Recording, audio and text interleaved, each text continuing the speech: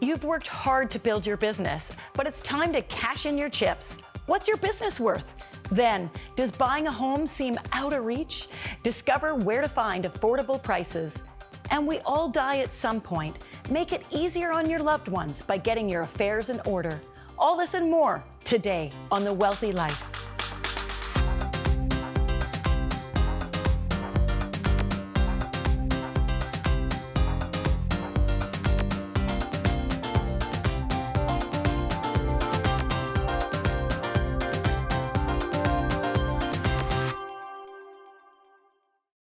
Are you a business owner looking to cash out to live your dream retirement? How much can you sell your business for? With us today is Ernest and Alexandra Bednarsh from Malahat Valuation Group to discuss how to calculate what your business is worth. Welcome to the show. Thank Hi, you. Sybil. So, Ernest, we're going to start with you. How does a business owner know what their business is worth? Well, that's what the million-dollar question. And in many cases, you need to hire a professional to really find out. What are the components that go into valuating a business? Well, there's many different methodologies and different industries have their nuance, but small to medium-sized enterprises are the ones we deal with mostly. Cash flow is going to be king. You know, how much is this business going to generate for me or for the person buying the business? Well, everyone likes cash flow for sure. And obviously, the more money it makes, the more it's going to be worth and more attractive to a buyer. What are some of the other factors? Well, the factor is what are the assets underpinning the business? So the cash flow is one piece, but how secure is that cash flow? And if the cash flow is not there, what do we have to fall back on? And what type of assets would form part of a business? What are the common things? Well, you know, you've got a property, a plant and equipment. So those are the facilities. But there's also real estate. There's vehicles, equipment, and things that go into it. And some of the assets we treat redundant, meaning they're not part of the operation, such as real estate, because the real estate you can rent. You don't have to purchase it as a business. So that's when that asset will be valued separately. Alexandra, I think you're the real estate expert on the team, aren't you? Apparently, yes. That's me. So if a business owner owns commercial real estate, should they sell that real estate as part of the business sale, or should it be sold separately? It really depends on what your goal is, like what you're planning to gain out of the situation. You can sell it with the business, you know, make a larger lump sum amount of cash, or you could continue to lease it out. Oh, so it could be a good investment to continue to hold on to. Absolutely, it could continue to be an investment, a passive income generator. Yeah, passive is the key word, because absolutely. you're no longer running the business and doing the day-to-day. You're now just the landlord collecting the rent checks. Yeah, so you can hold on to it, or you can sell it, or you can to the business operator, or you can sell it to a third-party investor who will then run it for themselves. So there's three different options, kind of. What usually gets people the most bang for their buck? Selling it together or separate? Well, I mean, real estate usually tends to appreciate over time. So I think that if you can hold on to it, you're probably better off renting it out, keeping it and leasing it out over the long term, and then potentially selling it out or passing it on to your kids later. And not to mention, I think for a buyer coming in to buy the business, that's one less thing to purchase. Correct. And not needing as much cash up front.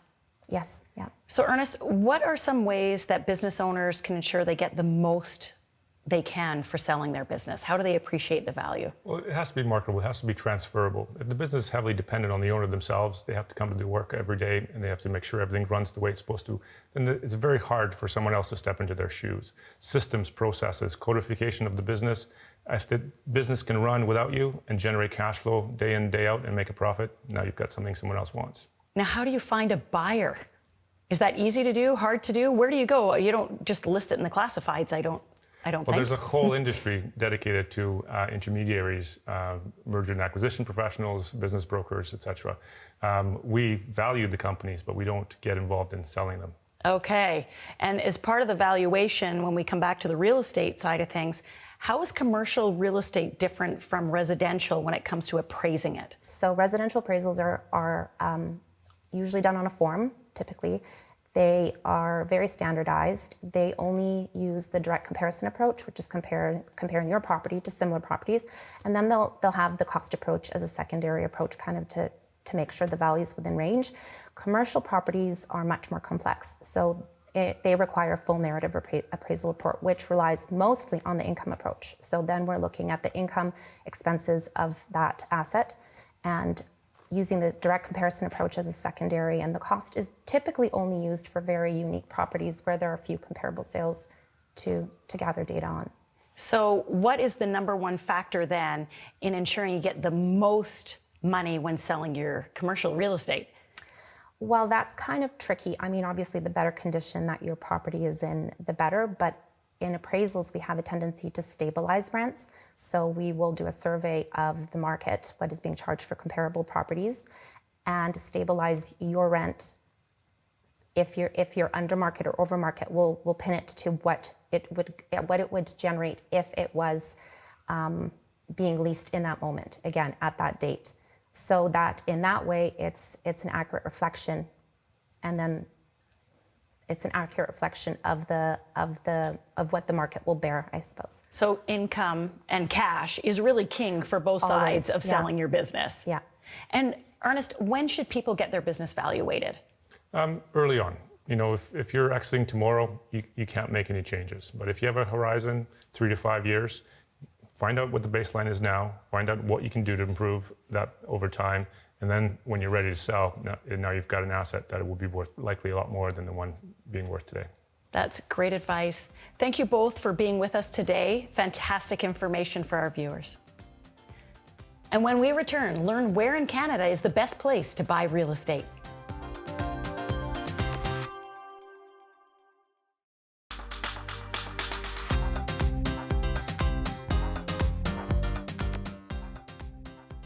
With housing prices so high, it's getting harder and harder to buy a home. But if you're open to moving cities, you can likely afford it. Joining us now is Justin Dallaire, a journalist with Money Sense, to show us where to look and what to look for. Justin, welcome to the show. Hi, Sybil. Thanks for having me. So tell us a little bit about the research you do when it comes to housing prices across Canada. Sure. So Money Sense has been doing an annual report for about 20 years, and it's called the Where to Buy Real Estate Report. Now, essentially, it has focused on the best places to buy. The report and the methodology has kind of changed over the years, but in essence and theme, it has always remained the same. And so what we do is we look at real estate data, primarily home prices. We look at home price growth as well as home prices compared to the national average. And we look at some other factors as well, but essentially the idea is we rank the top places to buy in Canada, and that's something that we do every year. Now, are there some cities or areas that tend to show up year over year? Yeah, so the very surprising thing about the research is that generally speaking, what we find is that top markets like Toronto and Vancouver, where are, obviously very popular places, places offering a lot to people who live there, but those unfortunately rank very poorly on our rankings. And the reason is simply that they're just inaccessible to first-time home buyers in particular, but home buyers in general. What we also find on the other hand is that some smaller markets, some often outside of the major metropolitan areas, tend to do very well. The reason is the home prices are just that much more affordable to buyers. And the home prices there have experienced a lot of growth in recent years. So that makes them a good value purchase, in our opinion. Okay, so you're looking not only for affordability, but you're looking for which areas have the most growth potential? Exactly. Yeah. And by potential, what we really mean is the areas that have historically, in the last couple of years, done very well for price growth. So the report always stops short of making any sort of firm prediction on where prices will go, because frankly, that's a very difficult thing to do. No one really seems to know where real estate prices will go. Come on, you can't predict that, Justin. You can't predict real estate prices for us. Honestly, if we could, I think we'd have a really good business model. But essentially, yeah, we're just looking at what's taken place over the last year and over the last several years, and taking insight from that data and looking at where people should be buying right now. And so by doing an annual report, of course, we have a chance to revisit the data on an annual basis. But those are some general trends that you find. Like it's typically the smaller markets that tend to do very well. And what are some of the drivers of growth? Because there's a lot of small markets across the country. We're a big country. What are some of the specific factors that you're looking for? Yeah, so in terms of price, like home price growth in Canada, there's several economic factors that can drive that. The main one, I think, being interest rates. So over the course of the pandemic, interest rates fell to historic lows over 0.25%. And when interest rates are that low for very long sustained periods, that tends to drive home prices higher. So, when most people in Canada are not buying a property with cash, most people need to get a mortgage, and the interest rate on that mortgage will ultimately sort of decide how much they could spend on a home. And so when interest rates are low, it gives people a little bit more bandwidth. They're able to go and find a property that might be outside of their price range when interest rates are high. So that's one thing that really has driven home prices in Canada. How about lifestyle? Does that play a factor in supply and demand? Definitely. I think when you speak to lifestyle, of course, like those are that would be one of the main reasons I think people are looking to live in cities like Toronto and Vancouver, right? You're very close to work, or more likely you're going to be close to work. You've got access to tons of great amenities, restaurants, basically anything you would really want or need. But of course, that drives a lot of competition. A lot of new immigrants tend to settle in these large metropolitan areas, and so that creates the competition. That's what essentially drives the home prices out of a lot of people's budgets. Justin, based on the 2023 report that you did, what were the top places to buy? So in 2023, the top place to buy for the second year in a row was Greater Moncton. Home prices were quite low compared to the national average, and Moncton has seen a lot of home price growth in recent years. That's why it was the number one place. And then we had in Ontario, Sault Ste. Marie and North Bay taking the second and third places. Again, we just see a lot of people moving outside of the major hubs into some of these smaller areas and driving home price growth. Well, for viewers out there, if you want to afford a home, but the big cities are a little too expensive, check out the latest report and find out some other options. Justin, where can they go? You can visit moneysense.ca for the latest report and all the real estate data. Thanks for being with us today. Thank you. And don't go away. Up next, how to prepare your death folder.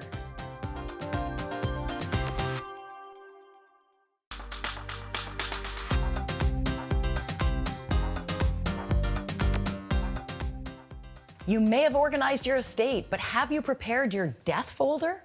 Here with us today is estate lawyer Rose Shawley to share what information you should have available for your family. Rose, welcome to The Wealthy Life. Thank you for having me. It's a treat to be here.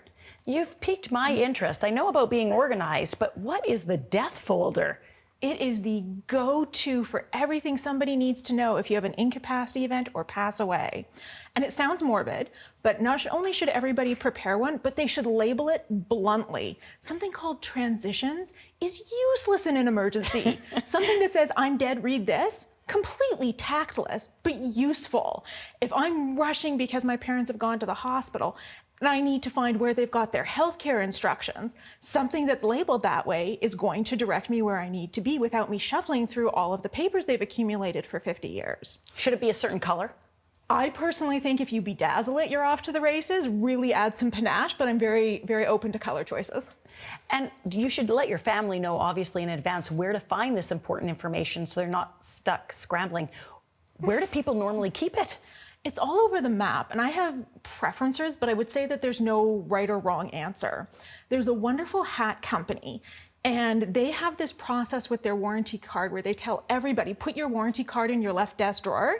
So in an emergency, when you call us and say you've destroyed your hat, we're going to tell you to go look there. So I personally stole that, and I tell all of my clients to store it in their left desk drawer or note on where to find the key information.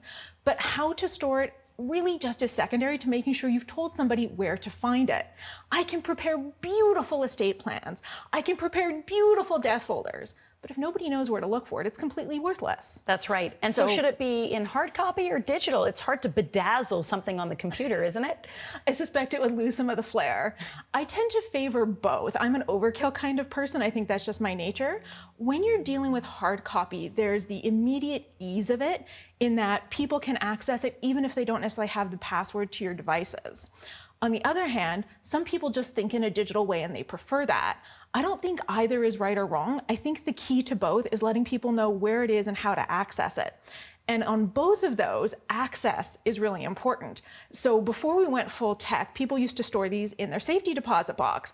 And then they'd put the answer to where is the safety deposit box and do I have one and where's the safety deposit key in the folder in the box, creating this lovely little impossible circle. And the same thing happens in the digital sphere. People will create all of this information or set up a password manager and they'll store all of that exclusively digitally.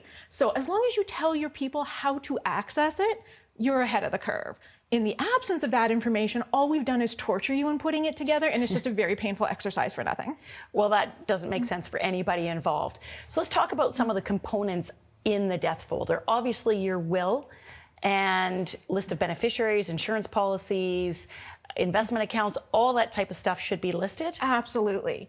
And I'm a big fan of indexes because this is a document that is only as useful as it is current. If I prepare this 25 years ago, and now my executor is looking at it, this is just a nice little archaeological exercise to see what my life was like 25 years ago.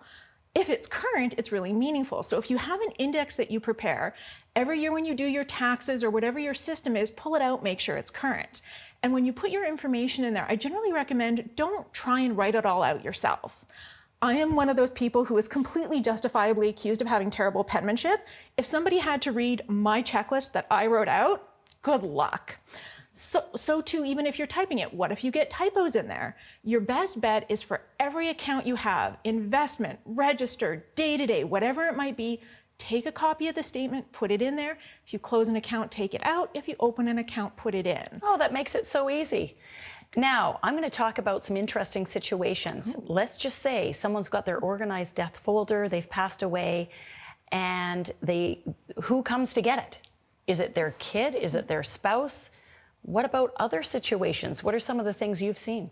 Well, I think it comes back to what you raised at the front end, is it's about access to this. Making sure the right people know where it is and how to access it is vital.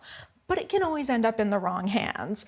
And for people who may have complicated family dynamics, whether it's a blended family, people who just might not share the same values, whatever the reasons may be, making sure that only the people who are supposed to access it is quite important.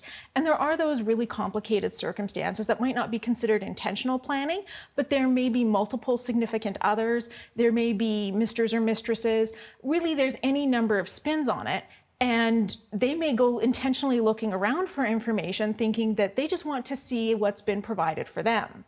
Oh boy, making sure so this information is secure. Are you saying that you might have the spouse and the boyfriend or the girlfriend both trying to access the same piece of information? And it happens more often than we might hope. And unfortunately, I've received phone calls where both the spouse and the extracurricular individual have contacted us saying, we found this document, so-and-so has passed away, I need to discuss it with you. And at some point, all of those conversations will be had, but you don't really want to have them right when that crisis is at the moment of onset. You've had a major health event and you need to immediately move forward with management affairs, or you've had a passing and you need to make funeral arrangements. I mean, in a perfect world, these circumstances would not arise, but if they do, having secure access to things without adding those complications will reduce the overall stress level and will save you a whole lot in legal fees. Okay, I'm super motivated to get even more organized than I thought I already was. Any final tip for our viewers today? I would say don't forget about our kids. We like to really focus on the assets in these folders because they're important. They're the mechanics of what the lawyer and the accountant and the insurance advisor and everybody else is going to ask about. But if you have kids, make sure the information is there about allergies, extracurriculars, what are family traditions and values that are important, where do people go for the holidays. Those are things that will help add continuity and take some of the stress out for the kids if we have to immediately transition their entire life. Rose, that is fantastic. Thank you so much for being with us today. Thank you for having me, Sybil. I'm so grateful that you have this platform to share this information. And don't go away. Learn how to ensure your parents have resources in place for care as they age to lighten the burden on you.